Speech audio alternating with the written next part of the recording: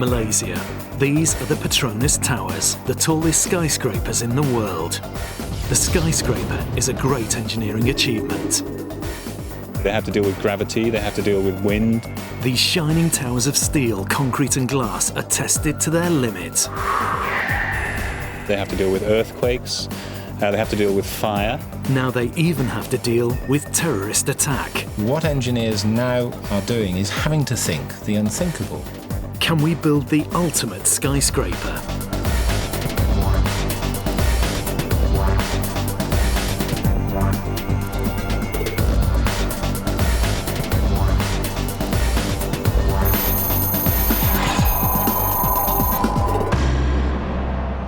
Skyscrapers reach for the sky. Mankind builds them ever higher and higher, testing his ingenuity against the forces of nature. This is the Swiss Re building in London. It's nearly 600 feet high and known as the Gherkin because of its curious shape. This aerodynamic design is the cutting edge of skyscraper thinking. The modern skyscraper was born in Chicago. In order to understand the development of the skyscraper, we really need to go to Chicago, where in the 1880s, some of the most significant developments occurred in the history of the skyscraper.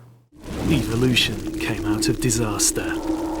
Chicago was destroyed by fire in 1871, leveled in fact. The central part of the city was gone. And for a city that was exploding in population and very wealthy with a burgeoning commerce, it was important for the city to rebuild as quickly as it could. So they decided to build tall.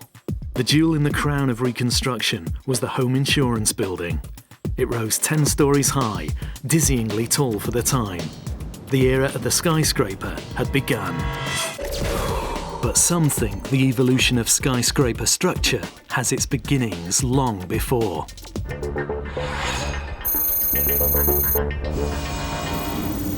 This is Salisbury Cathedral in the heart of England.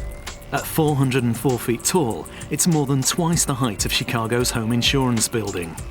When finished in 1320, the world had seen nothing like it. The spaceship, this is a NASA project of its day. Something that took 100 years to build. It had hundreds and maybe thousands of people working on it through that process. There was so much humanity invested in it.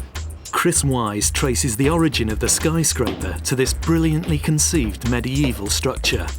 Well, this is a building I've been back to pretty much every year for the last 25 years, and the reason is that it has all of the essential ingredients of a modern skyscraper inside it. But unlike a modern skyscraper, you can see it all. The first priority for a very tall building is to carry its own weight. Salisbury's designers came up with a structure that would set the standard for future skyscrapers. The spire is a very, very early example of what's called a monocoque construction. And it may not look like it, but this spire is exactly the same sort of structure that we still use to design skyscrapers when we get up above 60, 70 stories tall. So every 100-story skyscraper that anybody ever thinks of uses a monocoque in some way or another. Monocoque design means using a single shell and involves the external walls carrying all the weight of the building, but it does more. It uses the whole of the skin of the tower to resist all of the forces, to carry its own weight, but more importantly to resist all the sideways forces from wind. And you can hear the wind outside now blowing on this, and it's been blowing here for 800 years, trying to knock this spire over. Chicago is nicknamed the Windy City. As soon as architects began to build tall there, they discovered that wind was a deadly enemy. If you take a building that's fixed down to the ground, the load from its own weight just goes down inside it, through all the structure, into the foundations. But the wind load is trying to push it over sideways. Skyscraper engineers quickly realised that they couldn't just design for average wind speeds. Their buildings had to withstand hurricane force. The wind that engineers design against is the worst gust of wind that might only last a few seconds, that blows perhaps on average once every 50 years or once every 100 years. So you're designing the whole building for the whole of its life against an event that will perhaps happen just once in the whole life of the building and only lasts for a few seconds. But that's what wind design is all about. Beneath Salisbury's spire, it's possible to appreciate the force of the wind. On a really strong windy day, I've worked out there's around about 50 tons of wind blowing sideways on this spire, trying to knock it over, which is not trivial. It's one of the things that tall building designers have to think about all the time. There's another trick the skyscraper pioneers came up with. But once again, the medieval builders got there first. They realised that they could use the scaffolding to their advantage, and although it looks as though it's holding the spire up, it's actually only attached at one position, which is right at the very, very top. And it pulls down on the top of the spire and basically stabilises it against the attempt of the wind to push it over. That's very clever. That's called pre-stressing. That's something that people only started using seriously in modern structures in about 1900. So, I mean, these guys are well ahead of their time. Pre-stressing gave the skyscraper extra rigidity against wind, but it only works up to a certain height. The soaring towers that were built in New York in the late 1920s were the first skyscrapers to pass 1,000 feet. With that height, they had to have very strong central cores to counteract wind. This is the 70-storey Trump World Tower, the state of the art. It's designed by Ahmad Rahimian, a rising star in the new generation of structural engineers. This building currently is the tallest residential building in the world. It has about 862 feet high. It's about 263 meters. And in order to build a building of that height, there were a lot of new technology introduced in the building. A key innovation is how it deals with wind. It does more than just resist, it actually cancels it out. A skyscraper that sways a little in the wind may be structurally sound, but the human beings inside can quickly feel sick. This top-floor apartment is priced at $15 million. Whoever buys it expects it to stay still. To ensure this, Ahmad has installed an ingenious device. It's called a tuned mass damper. In effect, it's a huge counterweight, a massive 600-ton block of solid steel, surrounded by shock absorbers. This element that you see here is similar to the shock absorbers that you would have in your car. However, much more powerful and sophisticated. Imagine we would have a 60-mile-an-hour wind approaching the city and the building. What you would see is that this block of mass starts moving in its own natural mode, back and forth, and as a result, exciting this series of shock absorbers and dampers, which transmitting forces to the building opposite to the direction of the wind. And as a result, it would cancel the wind pressures applied to the building and suppress the building's motion. So the evolution of structure has solved the problems of weight and wind. But structure alone was not enough to create the modern skyscraper. Two key developments in the 19th century had to come first. One was the elevator. Suddenly, almost overnight, it became possible to move things from ground level up pretty much as high as you liked. And so people started thinking, well, maybe we could build higher if we wanted to. With the invention of the elevator, tall buildings could reach higher than ever before. But immediately, engineers hit a problem.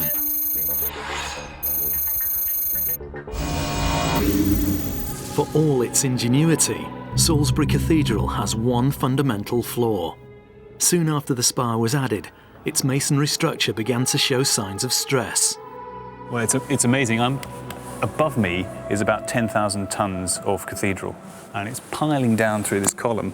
There are only 4 of these that hold up the whole spire, and it's got a bow in it, maybe by about 4 inches, which is slightly worrying. In fact, if I hit it, I can actually hear it's a very high ringing sound, which means it's really stressed incredibly hard. Since the spire was completed, it has had to have buttresses and bracing arches added to help support it. Up until the 1880s, tall building ambitions were restricted by the available material, stone and brick. The tallest masonry building in Chicago was 16 stories tall, but the walls of that building by the time it came to the sidewalk were 6 feet thick. And so architects and engineers were realizing that, notwithstanding that fact that they had elevators, the materials were causing limitations.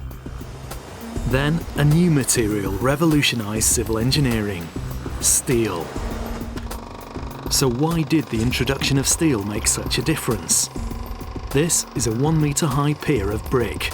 Its strength can be demonstrated by how much it can be compressed. These hydraulic rams are slowly crushing the brick. At 45 tons of pressure, the bricks begin to fail. Minutes later, they have completely collapsed. This is a steel column, the same height as the brick. The column easily passes 45 tons with no signs of stress. As the compression increases, the peeling paintwork is the first indication of strain. But it's not until 90 tons of pressure is applied that the steel begins to buckle. So steel gives twice the strength of brick, and it does it for a quarter of the weight, which means there's much less stress on the structure. With the arrival of steel, the age of the true skyscraper could begin. In 1890, the city of New York had only 6 buildings more than 10 stories tall. By 1908, there were more than 500. None of these buildings which you see out there would have been achievable if it wasn't because of the mass production of steel and its introduction to the construction industry. The 20th century witnessed the rise of super tall towers. Steel was redefining man's horizons. But even the strongest steel can only take so much, as New Yorkers found out on September the 11th, 2001.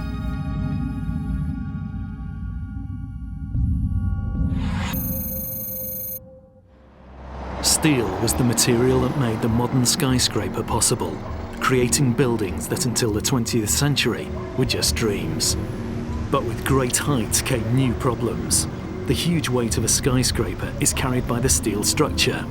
It's vital that steel keeps its strength. A fire can spell disaster. Once you heat the steel up beyond temperatures of sort of 550 to 600 degrees C, you're starting to see significant reductions in the load-bearing capacity of that steel. So from the early 1900s, engineers began protecting the steel structure with fire-resistant coatings. But on September the 11th, 2001, how vulnerable steel still was became tragically apparent.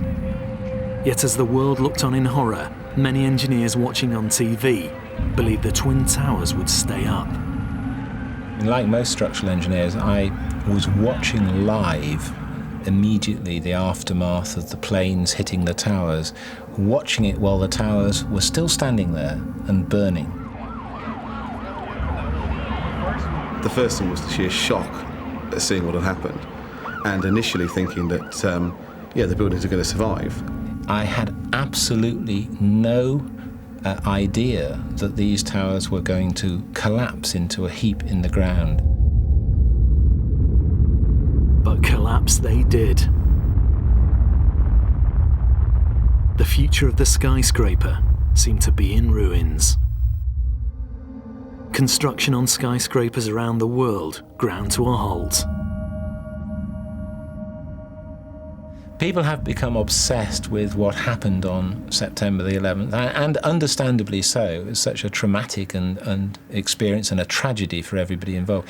But it's hardly as if it's the first time, and it won't be the last time, that a plane has hit a skyscraper. The events of a summer's day in 1945 over the skies of New York are now seen in a new light. People appear to have forgotten that a B-25 bomber hit the Empire State Building only a few years after it was built. With visibility down almost to zero, traveling at 200 miles an hour, the bomber crashed with terrific impact into the 78th and 79th floors of the building, smashing through 7 walls. When the Empire State Building was hit, if the aircraft had struck in a different place, maybe it's slightly higher or slightly lower, you would have seen a much more serious incident there. Potentially something as serious as happened on September the 11th. The Empire State had a lucky escape, yet engineers heeded the warning. The new super skyscrapers of the 1960s, including the World Trade Center, were designed specifically to survive an impact from a passenger jet. So why did the Twin Towers fall down?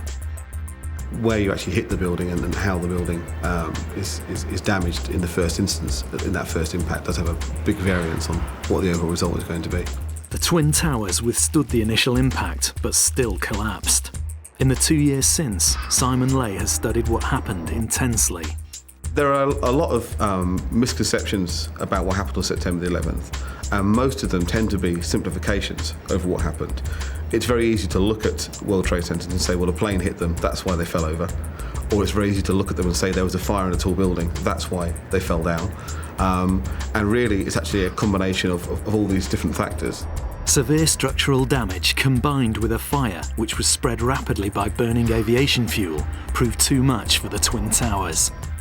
After 9/11, engineers are now using sophisticated new computer simulations to examine how fire attacks an entire steel structure.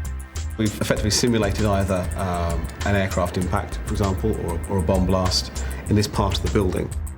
So you can work out how heat actually penetrates that particular piece of structure, and then you can work out how long it's going to take before the structure gets hot enough to actually fall down. Structural engineers are absorbing the lessons of September the 11th.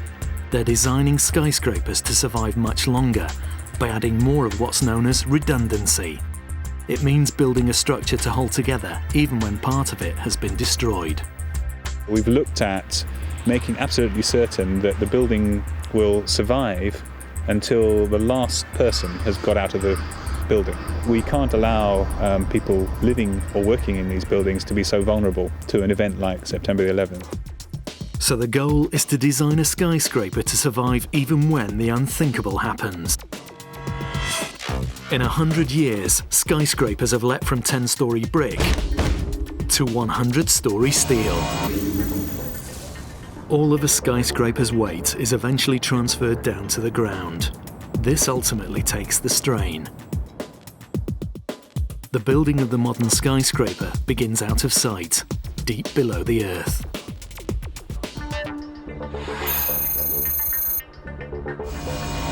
Today's skyscrapers can have foundations more than 100 feet deep, but the nature of the ground they rest upon is a crucial factor. One of the unique aspects of New York, and especially Manhattan, is that the rock conditions of the city, which are fantastic to put up high-rise buildings. But if the ground conditions can suddenly change, it doesn't matter how good the rock is. This is what happened in San Francisco in April 1906. A massive earthquake destroyed more than 25,000 buildings, including many of the city's first skyscrapers. Designers struggled for 70 years to engineer against earthquakes. Then, in the 1970s, they started using a technique called base isolation. This involves separating the building from the ground beneath it. The theory is that when the ground shakes, the building shouldn't. But some earthquakes are so severe that not even this is enough. Mexico City, September 1985. Extreme earthquakes devastate the capital. At least 18,000 people die, many of them inside buildings more than 10 stories high. This was a turning point in the seismic engineering of skyscrapers. The engineering profession learned many painful lessons on that earthquake. Earthquakes here are like nowhere else in the world. The earthquakes in Mexico City are normally different from earthquakes in other areas like California or Kobe in Japan, where the earthquakes come with very strong accelerations and short pulses, and just a few short pulses. In Mexico City, we have a very long duration earthquakes with long shocks. But engineers were determined that a repeat of 1985 had to be prevented. If they wanted to build skyscrapers, a new solution was needed. So we thought that we needed a different way to dissipate the energy from the earthquake. In 1993, Enrique teamed up with Ahmad Rahimian to design a unique skyscraper in Mexico City, one custom built to ride out the most extreme earthquake. Its name is Torre Mayor. Torre Mayor means tallest tower. Just cleaning the windows of this imposing structure takes courage. At nearly 740 feet, this is the highest building in the whole of Latin America. It's also one of the world's first intelligent buildings. It has intelligence is embedded via the design into the buildings, and the building knows when there is an earthquake coming, how to respond to it in the most efficient way, and how to deal with the impulses and the energies that is coming to the building. This is Torre Mayor's true genius. It has a unique design of crisscrossing interconnected shock absorbers called dampers. The shock absorbers is similar to the muscles of the human body. In effect, the muscles are protecting the bones, the skeleton, the same way the shock absorber is protecting this structural framing, which is a skeleton of the building. The dampers work by reacting to the energy of the earthquake. What you see in my hand is a smaller version of the shock absorbers that is placed in the building. It's a simple rod which enclosed by a solid steel shaft. And as you're trying to press the rod into the cylinder, you have resistance. If I go several times fast back and forth, if you touch the cylinders, you would notice that it's getting warmer and warmer. No detail of earthquake proofing has been overlooked. In this machine room, every piece of equipment has springs, buffers and seismic joints to ensure it remains operational after an earthquake. Torre Mayor's first big test came in January 2003. An earthquake measuring 7.5 on the Richter scale caused widespread panic in the city. Inside Torre Mayor, it was barely noticed. So skyscrapers that can adapt to dynamic ground conditions are the best measure against earthquakes. But what of the future of skyscrapers? Despite the shock of 9/11, buildings much taller than the Twin Towers are nearing completion. Most of those projects which were being talked about before September 11th have now come back and are progressing because people are back up to speed on the idea. It's the practicalities, the economics of urban living dictate tall buildings, and therefore, we will continue to build tall buildings, and what we have to do is make sure we build them right and build them safe. Skyscrapers are spreading across the globe. Soon the title of the world's tallest building will be taken by this massive structure in Taiwan. It's called Taipei 101, an astonishing 1,670 feet tall, nearly 200 feet higher than the Petronas Towers. The skyscraper began in the US, but now the skyscraper is a global phenomenon. But the big change is still to come. We are going to make these buildings progressively more and more intelligent, so that you don't just have a fixed solution that sits there, but the building changes and adapts to what's going on around it. The next level of technology is going to be 100 plus stories using active control systems. We're familiar with that technology in our cars for anti-lock brakes and traction control and things like that, but it's not familiar technology in buildings, but it will be soon. The ultimate skyscraper is becoming a reality.